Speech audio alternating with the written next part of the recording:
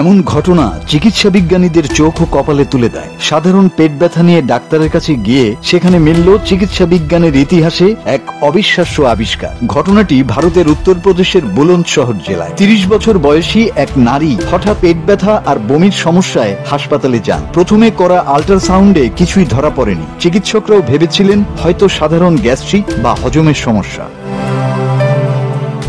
কিন্তু রোগীর সমস্যা বাড়তে থাকায় তাকে পাঠানো হয় মিরাটের একটি বেসরকারি ইমেজিং সেন্টারে। সেখানে উচ্চ রেজুলেশনের এমআরআই স্ক্যান করে যা দেখা গেল তা দেখে অভিজ্ঞ রেডিওলজিস্টরাও হতবাক। জরায়ু একেবারেই খালি, অথচ লিভারের ভেতরে স্পষ্ট দেখা যাচ্ছে 12 সপ্তাহের একটি ভ্রূণ এবং চলছে তার হৃদস্পন্দন।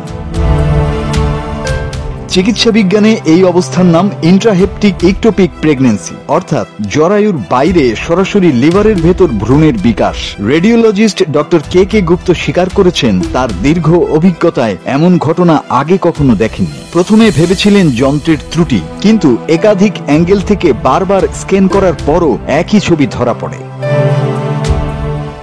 রিপোর্টে জানা গেছে ভ্রূণটি লিভারের ডান লোবের ভিতরে ছিল এবং রক্ত সরবরাহ হচ্ছিল লিভারের নিজস্ব শিরা উপশিরা দিয়ে। চিকিৎসকদের ধারণা ভারতের ইতিহাসে এটাই সম্ভবত প্রথম নথিভুক্ত ঘটনা। বিশেষজ্ঞরা সতর্ক করেছেন এ ধরনের গর্ভাবস্থা অত্যন্ত বিপজ্জনক। মা ও শিশুর জীবনের ঝুঁকি কয়েক গুণ বেড়ে যায়। বর্তমানে ওই নারীকে নিবিড় পর্যবেক্ষণে রাখা হয়েছে এবং বিশেষজ্ঞ চিকিৎসক দলের পরামর্শ অনুযায়ী পরবর্তী ধাপ ঠিক করা হবে।